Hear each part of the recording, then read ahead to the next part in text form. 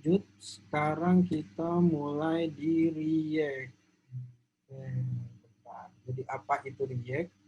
Jadi dibilang apa itu React? Jadi apa pembahasannya itu React itu sebenarnya JavaScript library. Kalau dibilang maksudnya JavaScript library itu apa? Itu sama kayak jQuery kayak gitu. Nah, kalau dibilang library itu apa, kayak tadi yang gue bilang, kalau misalnya kita makan bakso, terus gue pengen apa nambahin saus sambal biar pedes gitu, gue nggak mungkin kan ngambil cabai, air, garam, tomat sendirian, terus gue masukin ke dalam bakso, kan enggak. Yang gue ambil kan yang udah jadi saus sambal. Nah, React itu sebenarnya kayak gitu. Jadi di balik React-nya sendiri itu terdapat banyak function-function JavaScript yang berhubungan juga sama DOM di browsernya gitu. Kita hanya memakainya gitu. Nah, terus kegunaannya itu kayak gimana? Kegunaannya. Enggak, maksud gue masih ngomongin apa itu JavaScript. Itu juga dia termasuk user interface, karena apa? Karena si React-nya sendiri itu core konsepnya itu dia ada di komponen. Jadi setiap UI atau user interface yang ada di browser itu bisa kita buatkan untuk komponen tersendiri. Jadi kita tinggal memakai-makainya, tinggal make-make aja gitu. Nggak perlu ngoding-ngoding hal-hal sulit lagi gitu. Contoh kayak misalnya di button itu kalau misalnya HTML kan dia banyak fungsi-fungsinya. Misalnya kita mau naruh tipenya apa, terus on click-nya apa, kayak gitu. Nah, itu di React itu semuanya udah di-handle, kita tinggal bener-bener tinggal ngasihnya aja, ngasih ngasih ngasih parameternya aja, nggak perlu terlalu pusing. Nah, itu yang membuat React itu jadi kelihatan mudah. Dan juga ada tool for build UI komponen. Nah, kenapa dibilang tools? Karena React itu mempermudah, karena dia shareable dari segi tampilan. Yang tadi gue bilang tampilan button, form, terus header, menu, itu dia shareable. Satu menu kita bisa pakai di beberapa tempat. Nah, di belakangnya pun sama. Dari segi misalnya yang CSS-nya itu dia shareable juga. Jadi kalian hanya perlu naruh di satu tempat di bagian parent paling atasnya si React.js, itu udah CSS-nya itu udah bisa dipakai ke semua komponen sampai komponen-komponen terkecil. Itu yang membuat React-nya itu jadi lebih mudah. Seperti itu.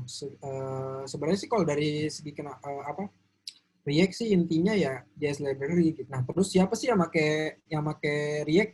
Karena awalnya React itu bukan awalnya sih, sebenarnya React itu di-develop oleh Facebook developer gitu. Orang-orang Facebook yang nge-develop. Maka dari itu React itu sekarang banyak digunain di platform-platformnya si Facebook. Contoh kayak Facebook, Instagram, WhatsApp, kayak gitu. Nah, di lain tempat ada beberapa company gede yang udah make React juga. Maka dari itu banyak banget sebenarnya demand untuk pengguna React, developer yang menggunakan React.js. Nah, kalau gue bilang kenapa Twitter, Netflix, gue bisa bilang Tokopedia atau Lazada, gue bisa bilang dia menggunakan React, karena sebenarnya tools yang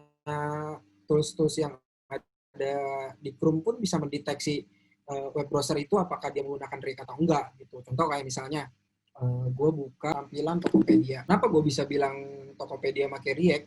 Ya karena di sini simple nih, kelihatan di sini ada add-on khusus developer React, build for React.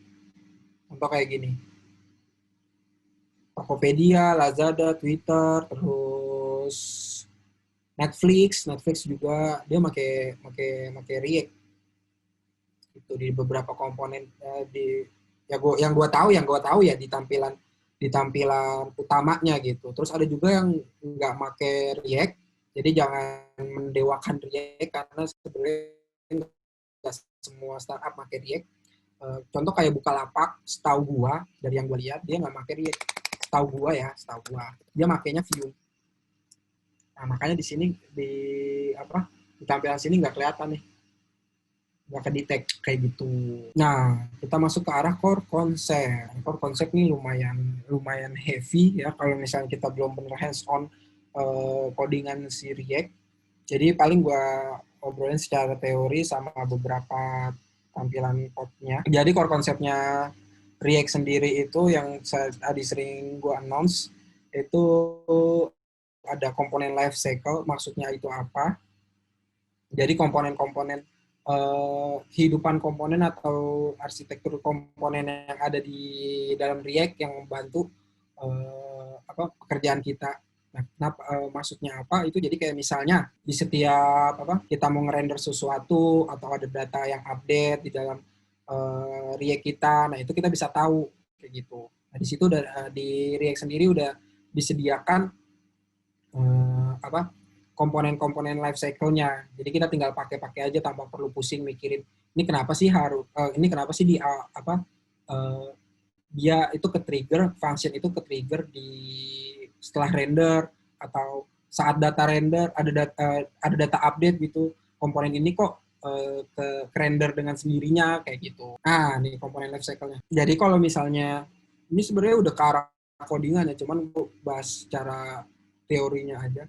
Ini ada mounting, ada updating, ada unmounting. Maksudnya mounting itu saat ngerender ke browser pertama kali. Updating itu saat ada data yang terupdate atau suatu komponen yang terupdate. Nah, unmounting itu kalau misalnya sudah kelar kayak gitu. Nah, di sini ada constructor. Kalau ada yang pernah mainan kelas itu udah tahu banget masalah constructor. Nah, terus di sini ada beberapa juga function-function yang kayak sesuai gunanya, kayak misalnya komponen gitmon, komponen git update. Nah, ini kalian bisa tahu fungsi-fungsinya apa tinggal dari dokumentasi kayak gitu. Nah, kalau dari segi codingnya, nah di sini kalau belum ada yang lihat, kalau misalnya apa, maksudnya ini maksudnya apa nih? Ini sebenarnya konsol di browser gitu, sama aja kalau kayak di Chrome itu.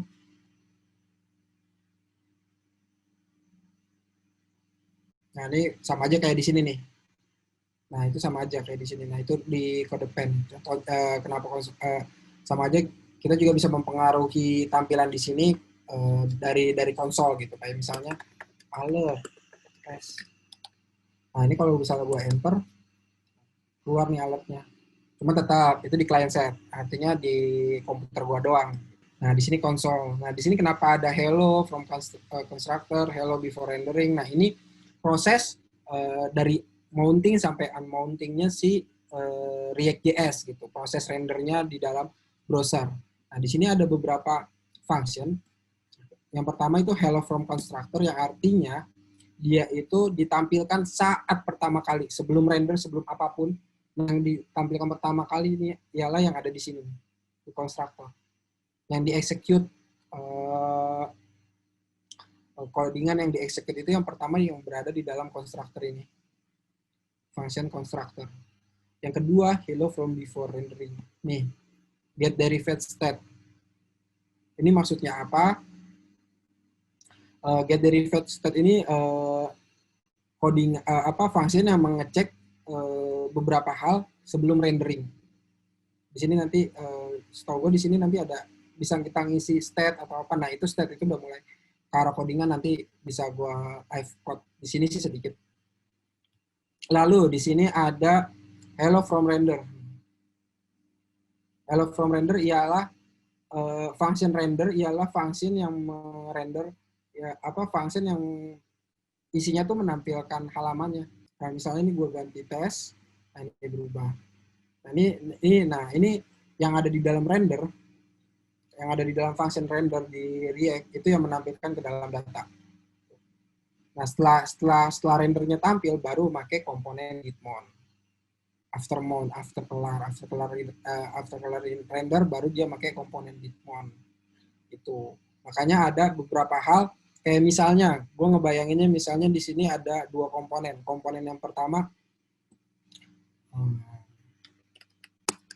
kita coba lagi lewat Tokped, daftar. Nah, misalnya kan gini, tampilan yang pertama misalnya gue mau masukin nomor telepon gue. Misalnya nomor telepon, nah gini. Nah, terus daftar nih.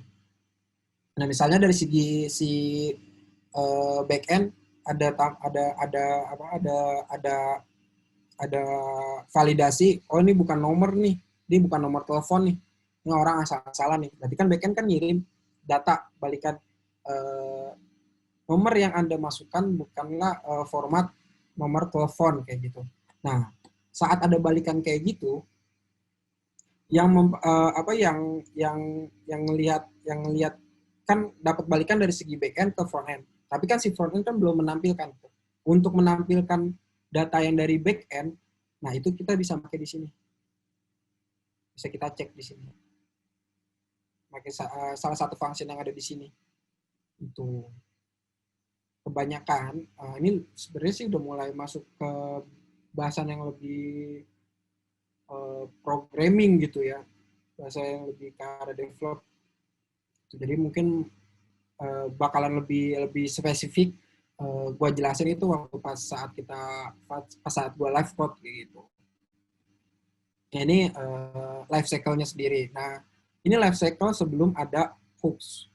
Nah, kalau sesudah ada hooks, life cycle-nya sebenarnya sama. Mungkin ada beberapa function yang udah deprecated. Tapi kalau dari hooks itu sebenarnya sama aja, cuman penamaan function-nya aja yang berbeda. Kayak misalnya komponen Bitmon itu kalau di React hooks itu namanya use effect. Gitu. Ada juga yang pakai use context, gitu, use state. Gitu. Jadi sebenarnya namanya doang yang beda, cuman fungsinya sama. Lanjut, di situ lalu ada juga yang namanya HOC. HOC itu high order component. High order component, high order component itu maksudnya apa? High order component itu ialah komponen yang membungkus komponen lain. Hanya sesimpel itu. Komponen yang membungkus komponen lain. Jadi kayak misalnya eh, contohnya itu kayak misalnya autentifikasi.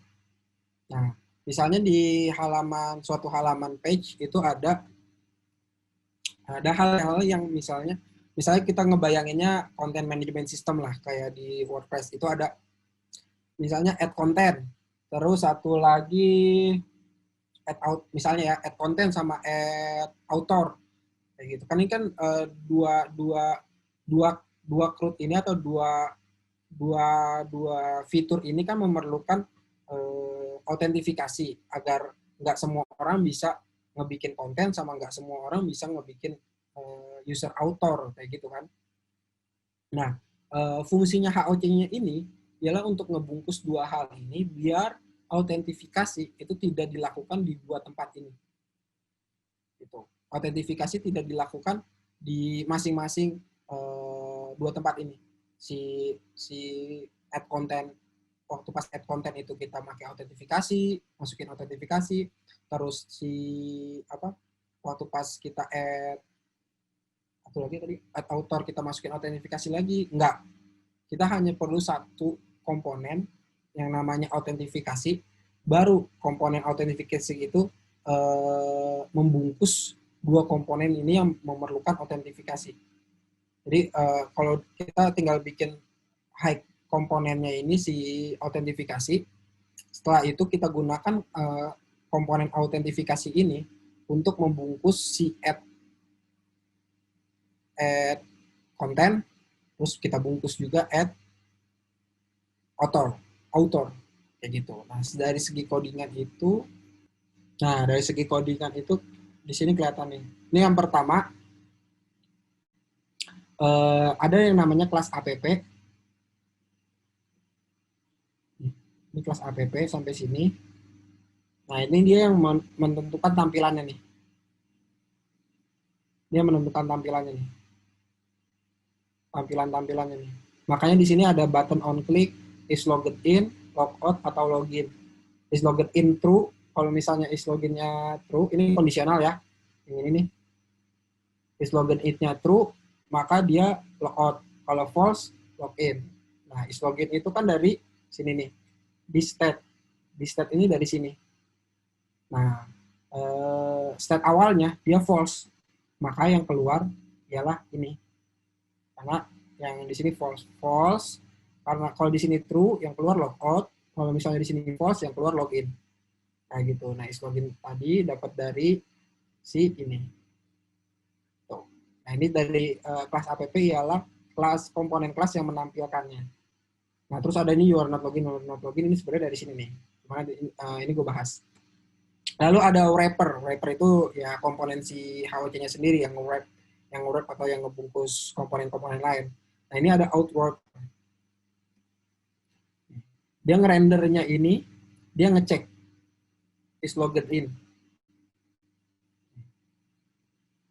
Kalau misalnya dia true, is logged in-nya true, dia melanjutkan wrapper komponen parameter yang pertama dari si out wrapper, dia melanjutkan.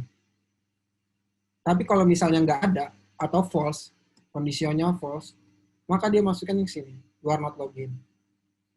Nah, karena kita belum login, maka yang ditampilkan itu ini, you are not login. Kenapa di sini ada tampilannya ada 3? Karena di sini ada wrapper 1, 2, 3. Ada 3 komponen yang dimasukkan ke dalam rendernya si app.js atau si tampilan utama. Kayak gitu. Nah, di sini mana tadi itu? Nah, di sini ada 2 order regular. Nah, di sini ada komponen-komponen lain, hi, hello. Nah, ini komponen-komponen biasa nih. Nah, baru di sini dibungkus. Nah, functional komponen ini sama. Ini kelas komponen, functional komponen. Ini kelas komponen, ini hooks, pakai function. Komponennya pakai function itu hooks. Nah, di sini ada wrapper, dia membuat variabel baru namanya wrapper. Nah, ini dia isinya itu, isi variabelnya itu, dia nge-wrap regular komponen ke dalam out wrapper dan juga ketiganya nih. Nah, makanya di saat dimasukin ke dalam APJS wrapper 1. Di sini wrapper 1. Oh, siapa sih ini wrapper 1? Oh, yang ini nih. Isinya apa nih? Out wrapper. Dicek dulu berarti dong out wrapper. Out wrapper dicek dulu. Is logged in-nya true kah? Kalau misalnya false, you are not login. Tapi kalau misalnya true, yang keluar regular yang ada di dalam regular komponen hi. Nah, kayak gitu penjelasan secara codingannya. Nah, makanya kalau misalnya ini gua klik buttonnya, makanya dia berubah jadi hi, hello, sama hi there. Kenapa bisa berubah? Karena di sini ada on click. Button mempunyai satu function on click to go out. On click to go out-nya kemana ini? Dia merubah state. Bingung kan? State itu apa lagi sih?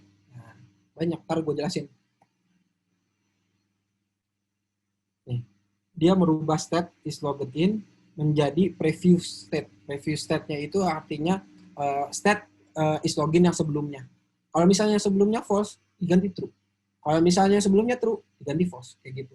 Nah, saat gue pencet ini, nah, hi, hello, hi there. Saat gue pencet lagi, balik lagi ke si wrapper-nya si out. Nah, itu penjelasan sedikit mengenai high order komponen. Biasanya high order komponen ini dipakai ya kayak buat ini, out, terus ada juga kalau kalian masuk ke dalam Redux, itu dia itu pakai HWC, pakai connect gitu, connect ke dalam store-nya si Redux kayak gitu. Nah, itu salah satu example mengenai HOC. Terus juga ada, nah ini react, set, sama set state. Nah, itu hampir sama di sini. Ini state fungsinya untuk apa? Jadi itu fungsinya untuk storing data, cuman storing datanya yang khusus untuk di komponen tersebut. Jadi kalau misalnya kalian di sini kan ada satu kelas nih, namanya kelas app. Namanya kelas app. Nah, ini dia punya state namanya is logged in. Nah, saat dipakai di sini, dia nggak mungkin makainya di sini this state is logged in, nggak mungkin. Karena di sini state dia nggak punya state out wrapper, dia punyanya props. Makanya dia ngambil dari props is logged in.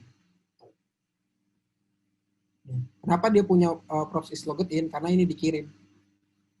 Jadi state itu sebenarnya ya storing data buat khusus untuk di komponen tersebut. Props itu ialah data dari komponen yang terhubung. Cuman bukan di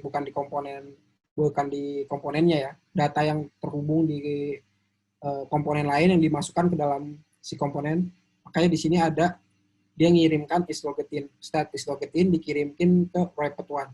Makanya wrapped one membacanya itu menjadi props, bukan stat. Gitu. Nah, terus ada lagi stat, di stat itu untuk merubah si stat tersebut. Nah, di sini kelihatan di sini di toggle out. Nih, dia merubah isi stat yang awalnya yang awalnya tadi false jadi true. Itu perubahan. Kalau di hooks itu cuma perlu set stat gitu. Iya bener ya. Use enggak deh, set terus nama variabelnya. Kayak gitu kalau di hooks. Nah, kalau di kelas kita makanya di set stat untuk perubahan variabelnya. Nah, itu core konsep yang ketiga dari segi React. Lalu ada juga yang terakhir, ini React Context.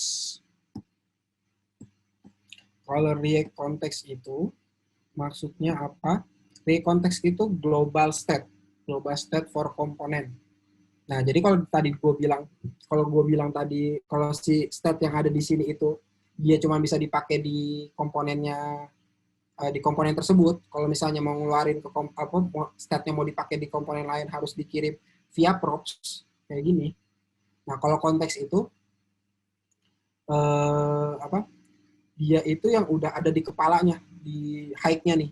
Jadi kalau misalnya komponen-komponen bawahnya ini dia mau make data variabel yang sama, itu dia bisa langsung connect ke si high order si komponen yang di atasnya itu. Nah, itu memakai konteks dan nggak perlu dikirimin props kayak gini. Kayak misalnya nih konteks itu di komponen itu ada tiga cabang, misalnya komponen apa ya, komponen register. Di dalam komponen register itu misalnya ada from. Nah, di sini ada form, ada formnya itu upload foto. Nah, upload foto di komponen terpisah nih, di komponen sini. Nah, kalau misalnya di upload foto mau ngambil data dari paling atasnya si registrasi, itu misalnya di home, itu dia nggak perlu menerima props atau si registrasi itu nggak perlu ngirim props yang dari home ke dalam si upload foto, nggak perlu. Dia hanya si upload foto hanya perlu memakai konteks itu. Nah, itu secara teori. Kalau secara prakteknya, bentar ya. Wah, kebanyakan gula nih. Bentar. Gue buka dulu.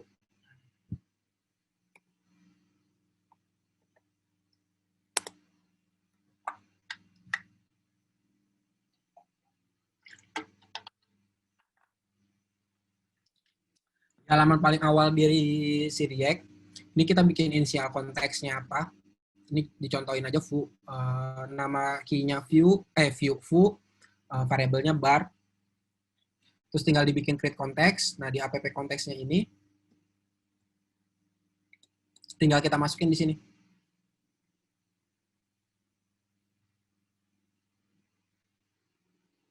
Tinggal kita masukin di sini. Nah, pemanggilannya kan kalau kayak tadi kan this prop is logged in. Nah, kalau pemanggilan konteksnya sendiri itu dia setelah this prop dia baru pakai konteks. Baru habis itu konteks nama variabelnya. Apa variabel yang di sininya. Kayak gitu.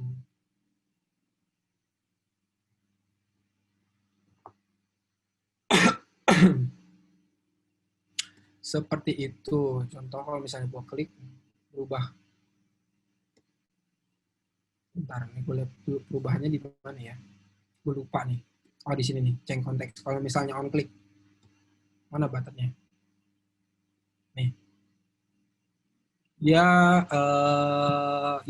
konteksnya itu dia mengirimkan sebuah function. Jadi bukan sebuah variabel yang dikirim itu sebuah function. Functionnya itu change konteks. Dia ngerubah dari foo yang awalnya bar jadi bus. Nah, itu udah core konsep dari React. Oke. Ada pertanyaan, nih lumayan banyak banget. Dan secara teori dan masih live, yang belum live code, jadi belum terekspos banyak kayaknya. Jadi kayaknya kemungkinan pertanyaannya banyak. Ini langsung ada nih. Dari Vicky katanya. Konteks dan redux itu sama nggak? Gue baru, sorry, gue baru baca chat makin ngebul. Gue aja ngejar ngebul, nggak pakai live code. Udah mulai gebul nih kayaknya. Gue aja yang ngejelasin nggak nge-live code gitu doang, ngebul atau yang ngedenger. Oke, sorry. Yang tadi pertanyaan gimana? Konteks dan redux itu sama nggak? Secara konsepnya ya, secara konsep sama, secara penggunaannya lebih gampang Redux. Itu. Oke. Berarti lebih gampang redux ya? Lebih accessible-nya itu lebih ke arah Redux karena dia kan store bentuknya dan gitu, dan storing-nya itu dia bisa banyak store, di banyak komponen gitu. Jadi lebih mudah Redux ya. Ngebayanginnya kayak tadi itu, lu ngebayanginnya kalau misalnya di inisial konteksnya ini cuma satu. Iya, oke. Kalau misalnya udah di aplikasi yang kompleks, ini inisial konteks ini bisa puluhan sampai ratusan gitu. Kalau misalnya di dalam masukin codingan, pusing juga. Apalagi saat buat ini ya, konteks yang baru kayak gitu. Jadi kebanyakan konteks itu dipakai kayak misalnya nih, environment-nya apa, terus dipakai misalnya themes-nya apa, terus language-nya apa, hal-hal yang basisnya itu common gitu. Kayak gitu. Oke, ada lagi dari teman-teman semua? Harusnya banyak sih ya. Mungkin udah pada ngebul semua, bingung mau nanya Sebenarnya apa. bingung, iya, bukan banget, Ya, jadi bingung karena sebenarnya kita mungkin lebih bakalan banyak tereksposnya itu React itu apa itu waktu pas live code kali ya kan, kayaknya iya. karena juga kan gue lebih suka di sesi yang keduanya, sesi besok Ya, itu lebih banyak ke arah live code karena sekarang gue lebih ngisi benar. ke arah teori, jadi pas nanti live code, oh ini tuh yang kemarin Bener. Jadi buat teman-teman semua nih, untuk besok jangan lupa datang juga jam 8 sampai dengan jam 10. Karena besok bakalan banyak demo juga ya. Jadi teman-teman yes, semua butuh juga banget bisa. dipoin. Betul. Cuman kalau ini sih belum sampai, kan tadi ada juga yang nanyain Redux kan, Ya, belum sampai ke Redux sih gitu. Kalau mau lanjut ke Redux ya bisa hubungin Mbak Ayu Chelsea. bisa ya ke saya. Bisa. Ini ada lagi nih katanya. Kamu tanya, apakah on-click di JavaScript bisa mendeteksi yang mengklik benar-benar manusia, bukan robot, sehingga kita tidak perlu menggunakan CAPTCHA. CAPTCHA. Oh, nggak bisa. CAPTCHA. Nggak bisa ya? Bisa. On-click itu sifatnya ya kalau diklik ya jalanin program gitu. Makanya ada kondisional. Malah kalau ngomongin captcha ya, ada salah satu perusahaan di India yang perusahaan itu kerjaannya itu cuma nge-solve captcha. Jadi itu dia kayak nge-hire ratusan orang, cuman kerjanya tuh untuk nge-solve captcha. Nah, jadi karena sebenarnya dari on-click itu kita nggak bisa ngedeteksi apakah itu robot atau nggak, cuman kita bisa kondisional. Misalnya, di dalam satu API, di dalam satu IP yang punya yang sama kayak misalnya IP-nya apa, terus MAC address-nya itu apa, kayak gitu. Ngelup klik itu misalnya dalam 5 detik, itu udah 100 atau 200. Kita bisa bikin kondisionalnya kayak gitu, misalnya udah lebih, misalnya dalam waktu 5 detik dia udah ngeklik lebih dari 5 kali, ya berarti kan di situ ada kemungkinan kalau ini bukan manusia, kayak gitu. Hal-hal kondisional yang kayak gitu dah. Betul. Wih, ada nih pertanyaan dari Joko Slamet. Panjang banget nih, Mas. Oke.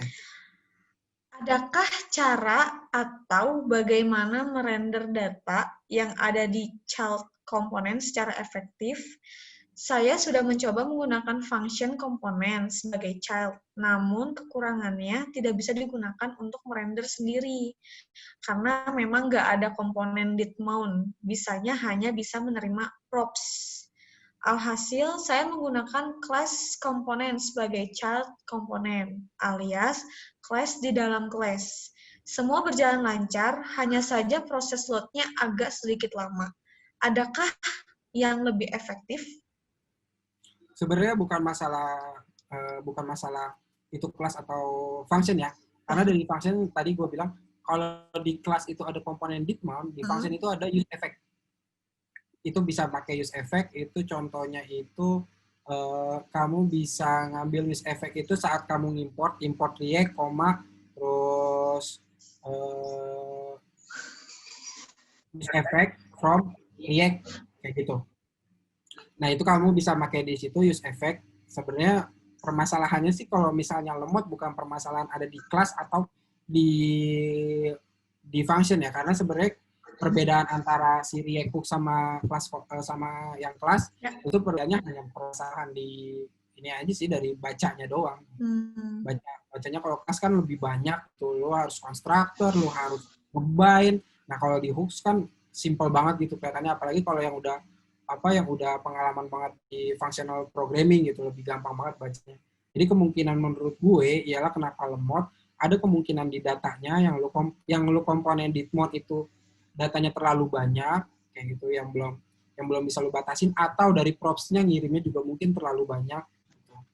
Jadi ada beberapa possible, cuman menurut gue permasalahannya bukan permasalahan di React Hooks kayak gitu. Oke. Sudah terjawab, Mas Joko? Mungkin kita kasih lagi satu pertanyaan lagi kali ya. Wih, langsung ada nih dari Vicky Chandra. Kenapa parent komponen ketika parent komponen di-update, apakah child komponennya juga terupdate? Jika iya, apakah memungkinkan kita hanya mengupdate parent komponen saja? Itu tergantung sama props yang didapat oleh child. Kalau misalnya child yang nggak dapat misalnya nih di parent komponen itu punya state tadi ya is logged in. Kalau enggak dong. Misalnya di di parent-nya itu ada state misalnya name sama email. Nah, di child-nya itu yang mendapatkan state dari parent itu cuma email doang. Nah, kalau misalnya yang kamu update itu state name-nya doang, child itu nggak bakal ada update. Child itu nggak bakal ke-load gitu. Karena yang dideteksi oleh React-nya si Virtual DOM itu name doang. Si child tuh nggak mendapat limpahan atau nggak mendapatkan warisan state name gitu. Jadi ngapain di load gitu. Jadi sebenarnya kalau misalnya child-nya bisa ke-load, itu dikarenakan ada perubahan di parent email dan itu digunakan di child komponen seperti itu. Oke. Mungkin kita sudahi saja sesi yang pertama di malam ini. Mungkin kita tutup aja kali ya, Mas Andre? Yes.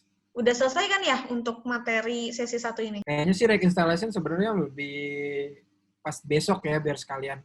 Besok ya. Berarti ya. GitHub juga besok ya? Iya, GitHub besok aja. Oke deh.